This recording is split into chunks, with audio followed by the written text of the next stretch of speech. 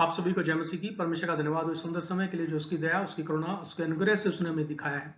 जब भी हम लोग बाइबल का अध्ययन करते हैं या बाइबल को पढ़ते हैं तो बाइबल में कुछ ऐसे शब्द हैं जिनको हम लोग पढ़ते हैं और उसके अर्थ को सही तरीके से नहीं समझ पाते, क्योंकि बाइबल जो बहुत सारे प्रतीकों का इस्तेमाल करती है। और एक प्रतीक को आज हम लोग इस वीडियो में देखने और समझने का परमेश्वर के वचन से और परमेश्वर के पवित्र आत्मा की सहायता से प्रयास करेंगे। और वो शब्द है बादल या मेघ। और बादल या मेघ शब्द का इस्तेमाल पुराना नियम में भी हुआ है, नए नियम में भी बार बार बाइबल इस शब्द का इस्तेमाल करती है, क्योंकि बाइबल जो है प्रतीकात्मक भाषा में भी लिखी गई है। और बहुत सारे जो शब्द वहां पर हैं, चाहे हम लोग दानियल की पुस्तक की बात करें, यहेजकेल की पुस्तक की बात करें या प्रकाशित वाक्य की बात करें, तो प्रकाशित वाक्य भी बहुत सारी जो वहां पर प्रतीकों का, सिंबल्स का इस्तेमाल इन पुस्तकों के अंदर किया गया है।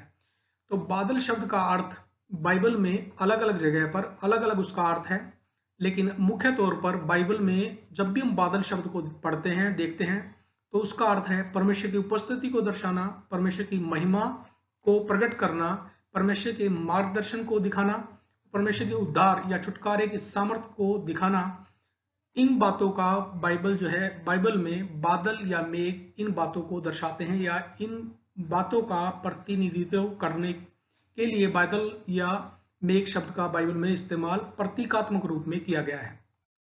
जैसा कि हमने पिछली स्लाइड में भी देखा, बाइबल बहुत सारे प्रतीकों का इस्तेमाल करती है। बाइबल कभी कभी गहरे अर्थों को व्यक्त करने के लिए प्रतीकों का यानी सिंबल्स का इस्तेमाल करती है, मेटाफर्स का इस्तेमाल करती है। और यीशु मसीह ने जो दृष्टांत दिए या जो प्रकाशन संबंधी जो प्रकाशित वाक्य की पुस्तक में हम लोग पढ़ते हैं, और बहुत सारे अलग अलग जो विजन की बात होती है, जहां दर्शन की बात होती है, परमेश्वर आज भी लोगों को दर्शन देकर उनसे बातचीत करता है। तो वो प्रतीकात्मक यानी सिंबॉलिक भाषा का परमेश्वर इस्तेमाल करता है। और बहुत सारे जो बाइबल की पुस्तकें हैं, पोइट्री के रूप में भी उनको प्रतीकात्मक रूप से उनका इस्तेमाल किया गया है, जैसे कि श्रेष्ठ गीत की जो पुस्तक है। और इसके अलावा भी कई सारी अलग अलग जगह पर हम लोग देखते हैं बाइबल जो है प्रतीकों का इस्तेमाल करती है। हम सब लोग जानते हैं कि यीशु मसीह 2000 वर्ष पहले इस संसार में आए और मानव जाति के पापों के लिए वो मारे गए, गाड़े गए और मुर्दों में से तीसरे दिन जी उठे। और उसके बाद अपने जो चेले थे, उनके चेलों को के ऊपर उन्होंने अपने आप को 40 दिन तक प्रकट किया, उनके साथ रहे। और उसके बाद यीशु मसीह स्वर्ग में उठा लिए गए। तो यहाँ पर हम प्रेरितों के काम उसका पहला अध्याय उसके 9, 10 और 11 वचन में उसी हिस्से को पढ़ते हैं। तो मैं आपके लिए कुछ वचनों को पढ़ रहा हूं। यहां लिखा है, यह कहकर वह उनके देखते देखते यानी यीशु मसीह ऊपर उठा लिया गया और बादल ने उसे उनकी आंखों से छिपा लिया। तो एक बादल वहां पर आया और बादल ने उनको, यीशु मसीह को, उनकी आंखों से यानी जो चेले थे उनकी आंखों से उसको, यीशु मसीह को छिपा लिया। 10वां वचन, उसके जाते समय जब वे आकाश की ओर ताक रहे थे, तो देखो 2 पुरुष श्वेत वस्त्र पहने हुए उनके पास आ खड़े हुए और उनसे कहा, हे गलीली पुरुषों, तुम क्यों खड़े आकाश की ओर देख रहे हो?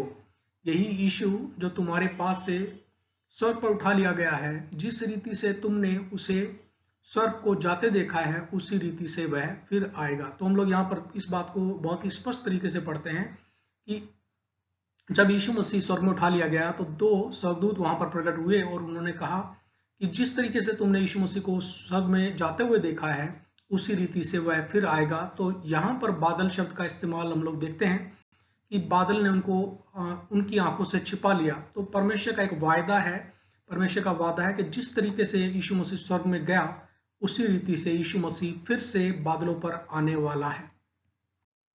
एक और वचन को जो हमें मिलता है, निर्गमन उसका 13 अध्याय।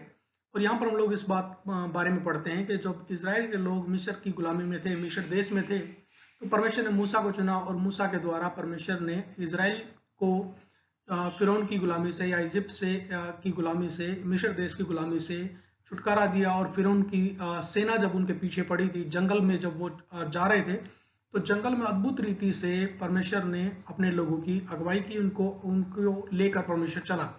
तो निर्गमन उसका 13 अध्याय 21 और 22 वचन में आपके लिए पढ़ रहा हूं। और यहोवा उन्हें दिन को मार्ग दिखाने के लिए मेघ के खंबे में यानी बादल के खंबे में और रात को उजियाला देने के लिए आग के खंबे में होकर उनके आगे आगे चलता था। तो परमेश्वर की उपस्थिति यहाँ पर हम लोग पाते हैं कि परमेश्वर इजराइल के लोगों को रास्ता दिखाने के लिए एक बादल के खंबे में दिन में और रात में आके खंबे के रूप में उनके आगे आगे चला करता था, जिससे वे रात और दिन दोनों में चल सके। 22 वचन, उसने न तो बादल के खंबे को दिन में और न आग के खंबे को रात में लोगों के आगे से हटाया। तो परमेश्वर की उपस्थिति उनको रास्ता दिखाती थी कि कैसे परमेश्वर उनको छुटकारे के लिए तैयार कर रहा था। परमेश्वर की उपस्थिति के अनुसार वो लोग वो जो बादल का खंबा था और वो आग का खंबा उनकी अगुवाई करता था, उनको उनका मार्गदर्शन करता था। निर्गमन उसका 13 अध्याय में हमने देखा कि परमेश्वर की उपस्थिति के रूप में बादल ने कैसे इजरायली लोगों की अगुवाई की, उनका मार्गदर्शन किया। निर्गमन उसका 14 अध्याय के अंदर हम लोग देखते हैं जब इजराइल के लोग, इजराइल की जो प्रजा थी, वो लाल समुद्र के पास पहुंच गई। आगे उनके सामने लाल समुद्र है और पीछे उनके पास फिर उनकी सेना उनके पीछे पड़ी हुई है। तो यहाँ पर हम लोग इस घटना को पाते हैं और यहाँ पर कुछ वचन मैं आपके लिए पढ़ रहा हूँ। निर्गमन उसका 14 अध्याय 13, 14, 19 और 20 वचन, जहां पर इस तरीके से लिखा है, मूसा ने लोगों से कहा, डरो मत, खड़े खड़े वह उद्धार का काम देखो जो यहोवा आज तुम्हारे लिए करेगा, क्योंकि जिन मिस्रियों को तुम आज देखते हो उनको फिर कभी न देखोगे। यहोवा आप ही तुम्हारे लिए लड़ेगा, इसलिए तुम चुपचाप रहो। तब परमेश्वर का दूत जो इजरायली सेना के आगे आगे चला करता था, जाकर उनके पीछे हो गया और बादल का खंबा उनके आगे से हटकर उनके पीछे जा ठहरा। इस प्रकार वह मिस्रियों की सेना और इजरायलियों की सेना के बीच में आ गया, और बादल और अंधकार तो था, तो भी रात को उन्हें प्रकाश मिलता रहा और वे रात भर एक दूसरे के पास न आए। तो यहाँ पर हम लोग देखते हैं कि जो बादल का खंबा उनके आगे आगे चलता था, बादल का खंबा उनके आगे से हटकर उनके पीछे जा ठहरा। यानी इजराइल के लोग हैं और फिरौन की लोग हैं, उनके बीच में बादल का खंबा आकर ठहर गया।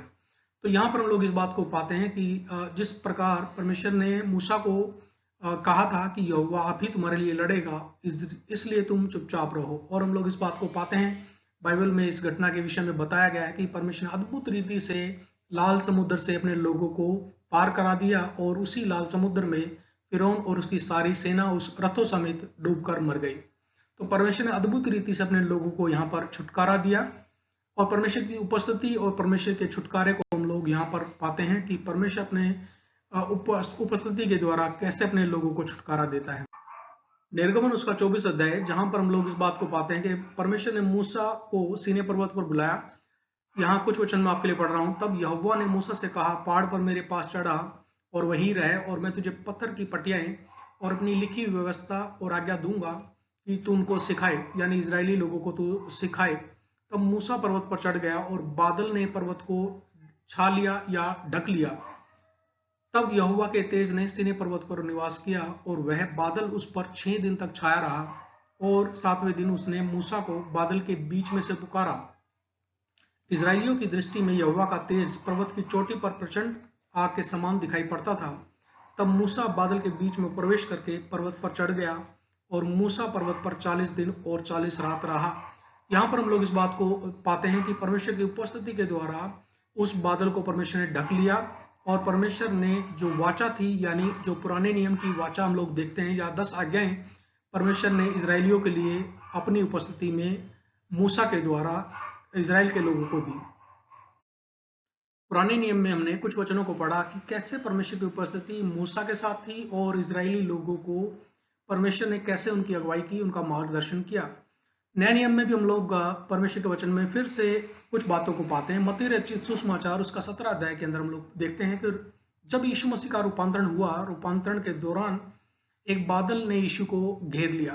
तो यहाँ पर हम लोग पढ़ते हैं मत्ती रचित सुसमाचार उसका 17 अध्याय के 1 से 7, 8 वचन तक मैं आपके लिए पढ़ रहा हूँ। यहाँ लिखा है, 6 दिन के बाद यीशु ने पतरस और याकूब और उसके भाई यूहन्ना को साथ लिया और उन्हें एकांत में किसी ऊंचे पहाड़ पर ले गया। इससे पहले भी हम लोगों ने पढ़ा, मूसा सीने पर्वत पर जब गया, निर्गमन उसका 24 अध्याय उसका 16 वचन में हमने इस बात को देखा। तब यहोवा के तेज ने सीने पर्वत पर निवास किया और वह उस बादल उस पर 6 दिन तक छाया रहा, और 7वें दिन उसने मूसा को बादल के बीच में से पुकारा। तो यहाँ भी 6 दिन के विषय में पढ़ते हैं, यहाँ भी पर्वत की बात हो रही है। यहाँ पर भी यीशु मसीह के विषय में भी हम पढ़ते हैं।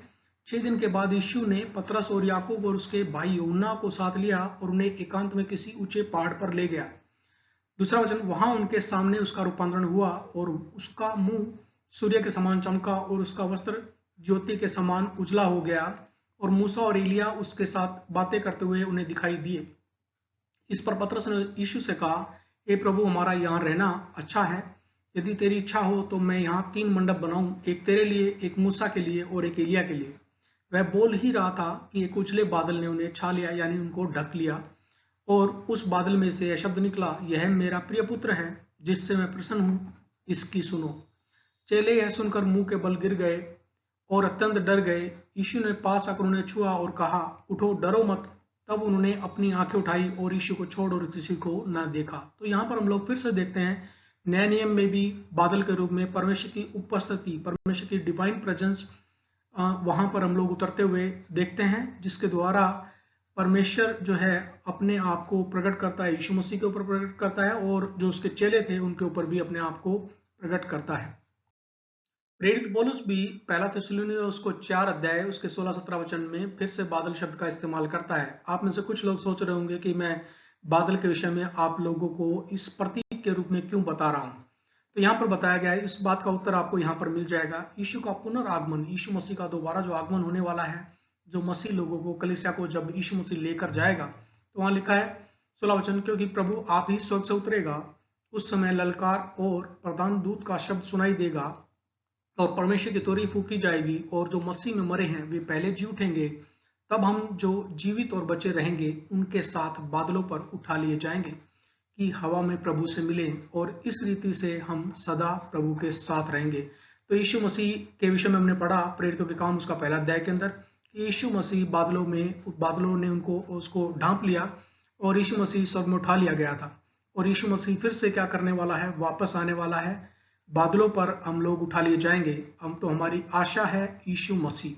तो हमें इसलिए अपने आप को तैयार करना है कि हम लोग यीशु मसीह जब आए तो हम लोग उसके साथ बादलों पर उठा लिए जाएं।